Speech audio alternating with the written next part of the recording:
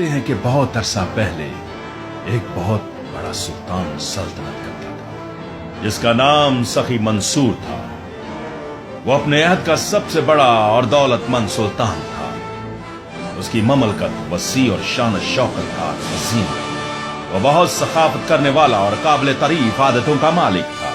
वो अपनी रिया की हालत से बजाते खुद वाकफ होकर उनकी बेहतरी और बहबूदी में कोशा रहता था।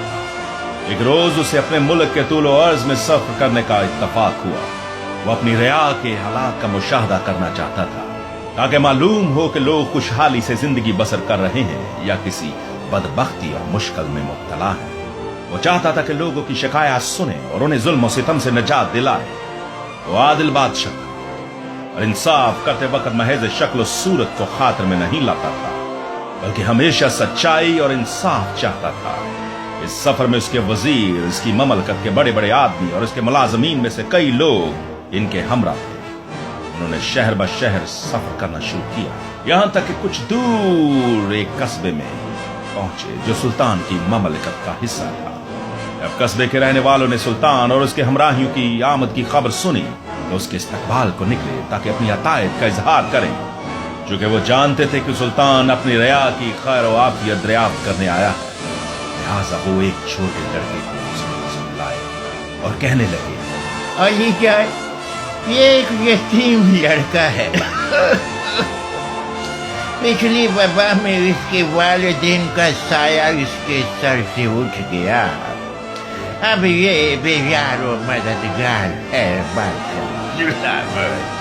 सुल्तान का दिल इस बच्चे के लिए रहम से भर गया। हुक्म दिया कि उसे नया लिबास पहनने को दिया जाए। फिर उसे अपने साथ महल में ले गया ताकि वो अपने बेटों की तरह उसकी परवरिश करे। वो लड़का महल में पहुंच गया और सुल्तान ने उस पर नवाजिशों की बारिश शुरू कर दी।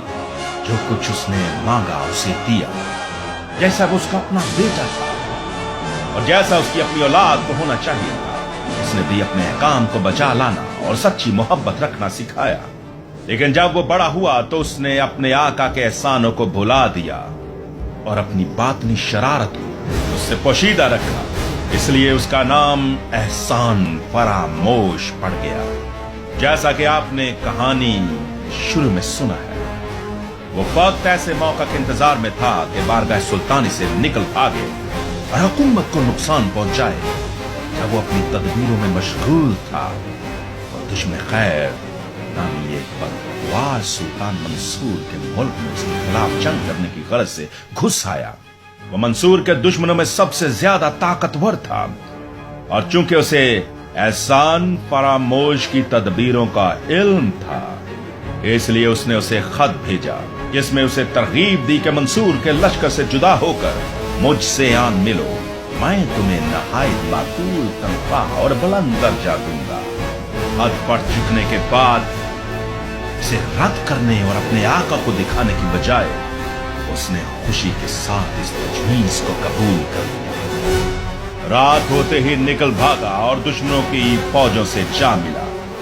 जब मंसूर को उसकी गद्दारी का इल्म हुआ तो उसे सख्त सदमा हुआ, लेकिन उसकी मोहब्बत में कोई कमी नहीं आई। उसे उम्मीद थी कि जंग के खात्मा से पहले ही दुश्मन की लश्करगाह को छोड़कर वापस लौट आएगा, क्योंकि सुल्तान को अपनी फतह का पूरा यकीन था।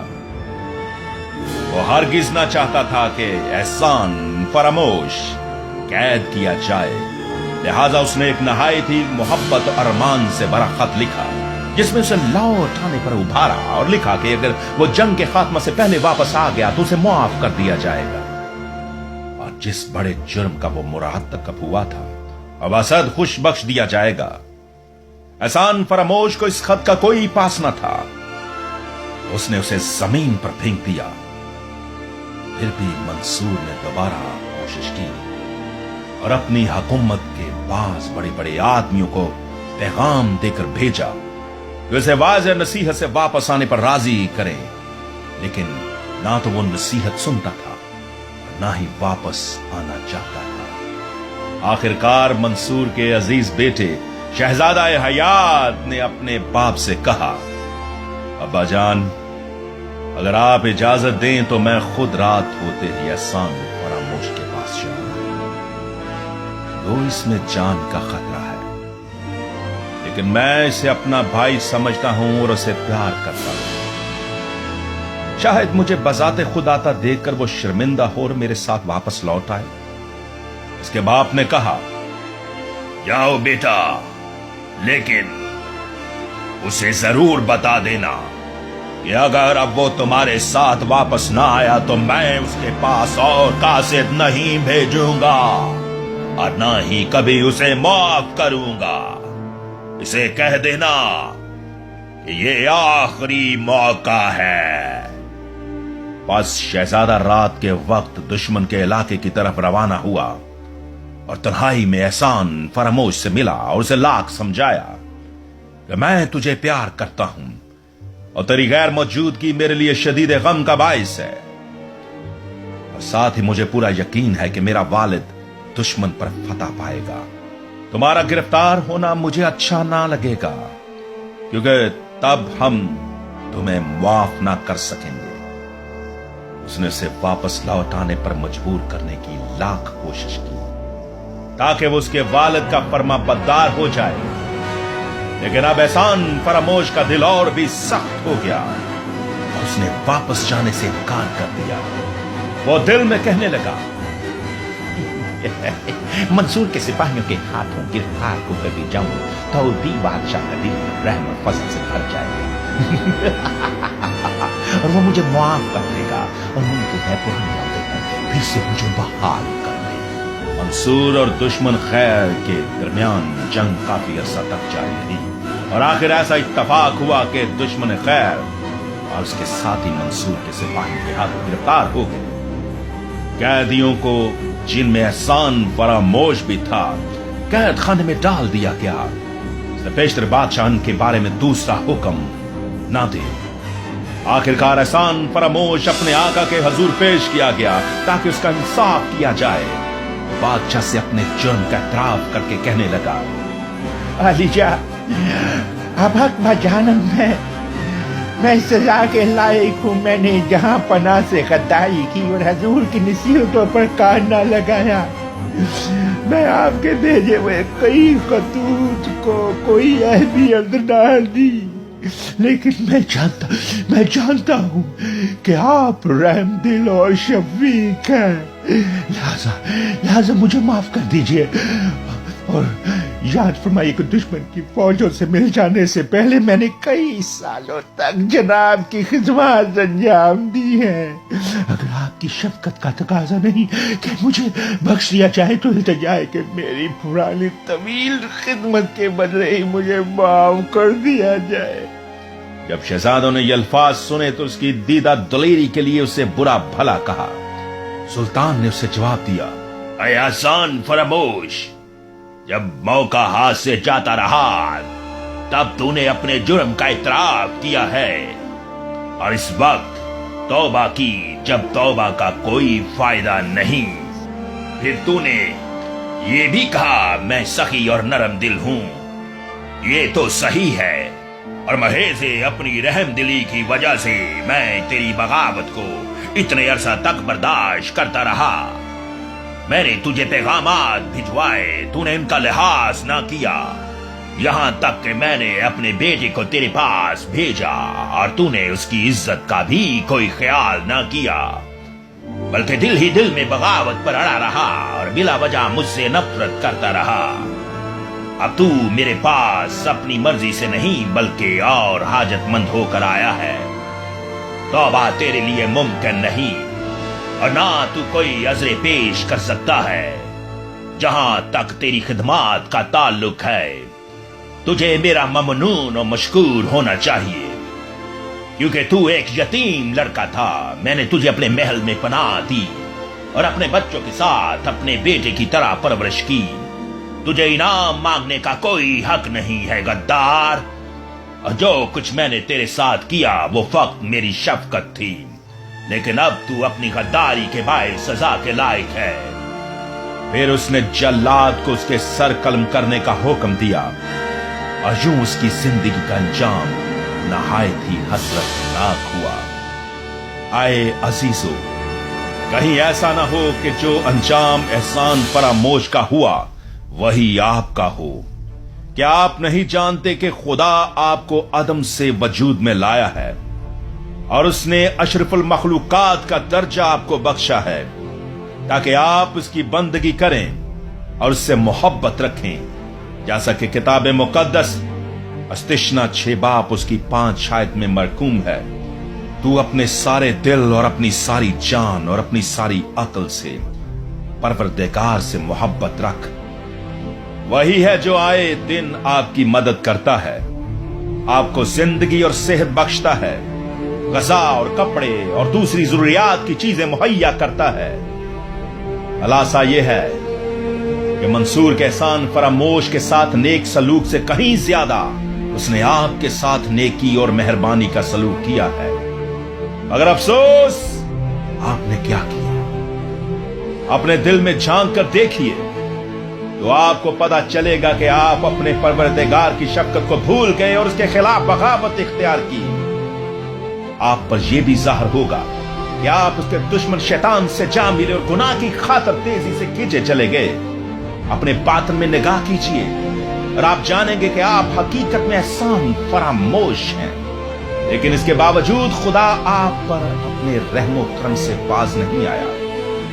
वो आपके गुनाहों को माफ कर देने के लिए तैयार है, जैसे मंसूर ने एहसान फरामोश को तौबा करने की कई बार बुलाया।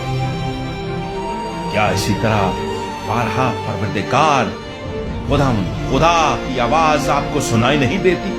क्या आपको उसकी आवाज अपने जमीर में उसके वफादार खादिमुल दीन की जबानी सुनाई नहीं देती? लेकिन अफसोस, इसकी आवाज सुनने और वापस लौट आने की बजाय आपका दिल और भी ज्यादा बागी हो जाता है और आप काम नाफरमानी पर और भी जम जाते हैं। और क्या यह हकीकत नहीं कि आप एक ऐसे शख्स की तरह जिंदगी गुजार रहे हैं जो खुदा और आखिरत पर ईमान नहीं रखता?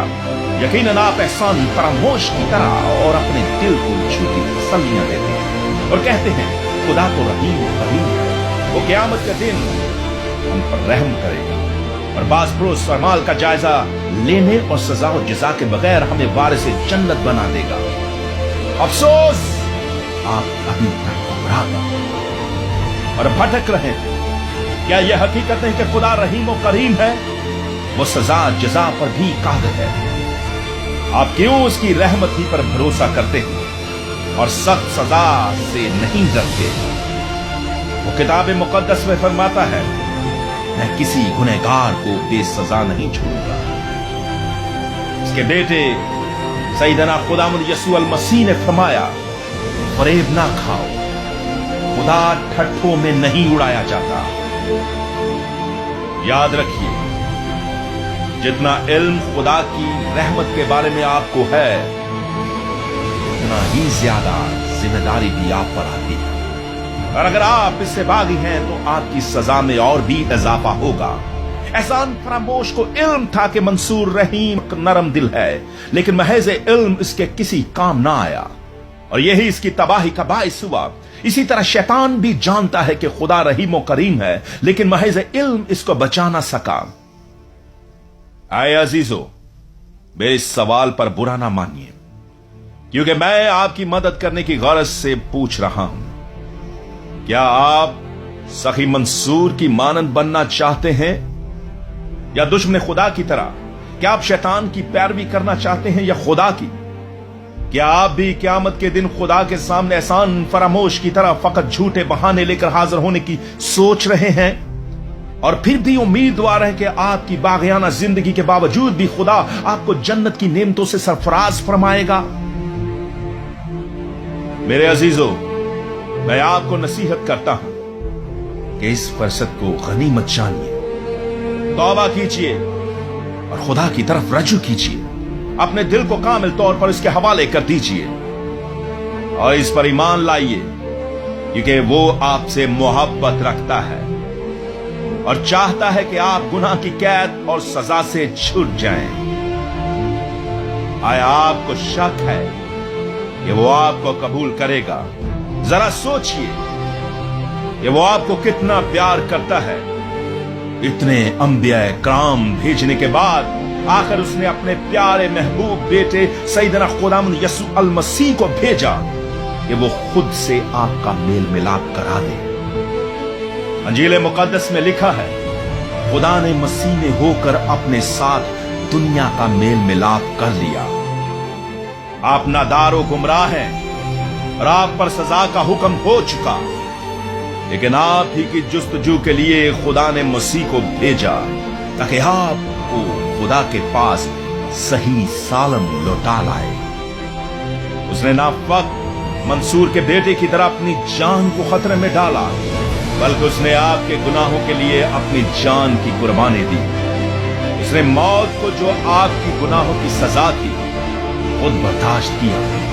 बस ये मसीह वही है जिसका जिक्र इस कहानी में मुनज्जी और शहजादा हयात के नामों से हुआ है। आए अजीजों, ये मोहब्बत कितनी हसीन है और वो दिल जो इस मोहब्बत का एहसास नहीं करता कितना सख्त है। आइए अमन के मुकाम की तरफ लौट आने के इस पर मोहब्बत दावतनामा को हम खुशी और ईमान के साथ कबूल करें। खुदावंद यसू अल मसीह हमें दावत देते हुए फरमाते हैं, राह हक और जिंदगी मैं हूं, कोई आदमी मेरे बगैर बाप के पास नहीं आता। और फिर ये फरमाते हैं, जो कोई मेरे पास आता है मैं उसे हरगिज निकाल ना दूंगा। काश हम इस नजात को जो खुदा की तरफ से है रद्द ना करें, क्योंकि जिंदा खुदा के हाथों में पड़ना कितना औलनाक है। मेरे अजीजों, खुदावंद यसू अल मसीह के अलावा आपको कोई नहीं बचा सकता। वही एक है जो आप सबसे कहता है कि बोझ कहता कि मादे लोगों सब मेरे पास और मैं तुम्हें आराम दूंगा। अंजील मुकद्दस का एक कौल है, इतनी बड़ी नजात से गाफिल रहकर हम क्यों कर बच सकते। इसलिए अगर आज तुम उसकी आवाज सुनो तो अपने दिलों को सख्त ना करो। खुदावंद आप सबको बरकत दे। आमीन।